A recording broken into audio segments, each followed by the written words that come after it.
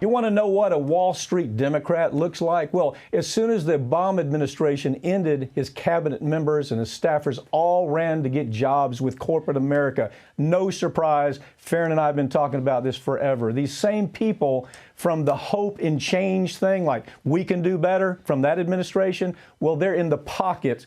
Unlimited power in corporate America, unlimited money. That's who these folks are. Joining me to talk about is Farron Cousins, who I honestly believe is the best progressive talker in the business. I mean that. Well, thank you. You've been with me 20 years. We've been working together, right? Almost, and every yeah. year it just gets better and better. So give me your take on this, Farron. I think it's, essentially what we expect. And I love that the folks over at Jacobin, Luke Savage specifically, came out with this piece, because this is the kind of follow-up that we really need. This is what people have to understand about these administrations that they've put up on a pedestal, act like, oh, they did no wrong. Trump was terrible, but Obama was wonderful. No, you have former members of the Obama administration actively fighting against unions for Amazon. You have them actively fighting against antitrust for Facebook. You have them actively fighting in court for pharmaceutical companies.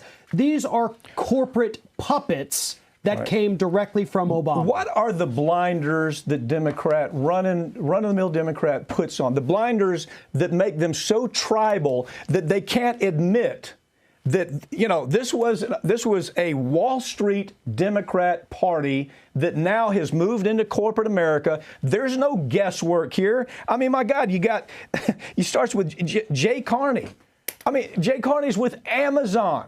Amazon is in this union fight all over America. Jay Carney is the guy helping drive the train to keep workers down. This was the hope and change guy that came from the Obama administration, or Robert Gibbs. I mean, you take it from there. Right. You had Robert Gibbs, who had helped McDonald's try to crush $15 minimum wage, or actually increases in minimum wage. So again, across the spectrum, every big issue that we talk about all the time, the need for unions, need for an increase in minimum wage, breaking up tech companies, you can find these Obama administration fingerprints all over it. Seth Harris, former labor secretary, is in there as well, working to kill these minimum wage laws that the NLRB says are absolutely essential.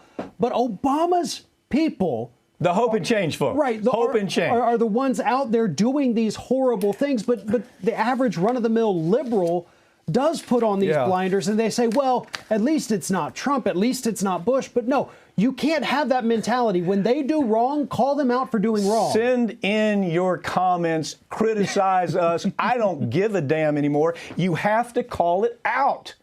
And these folks are Wall Street thugs. That's what they've turned into. This is the Hopi and Changey group that now is trying to keep wages down. They're trying to keep people from unionizing. They're attacking Bernie Sanders. They're attacking OAs across the board. Yeah.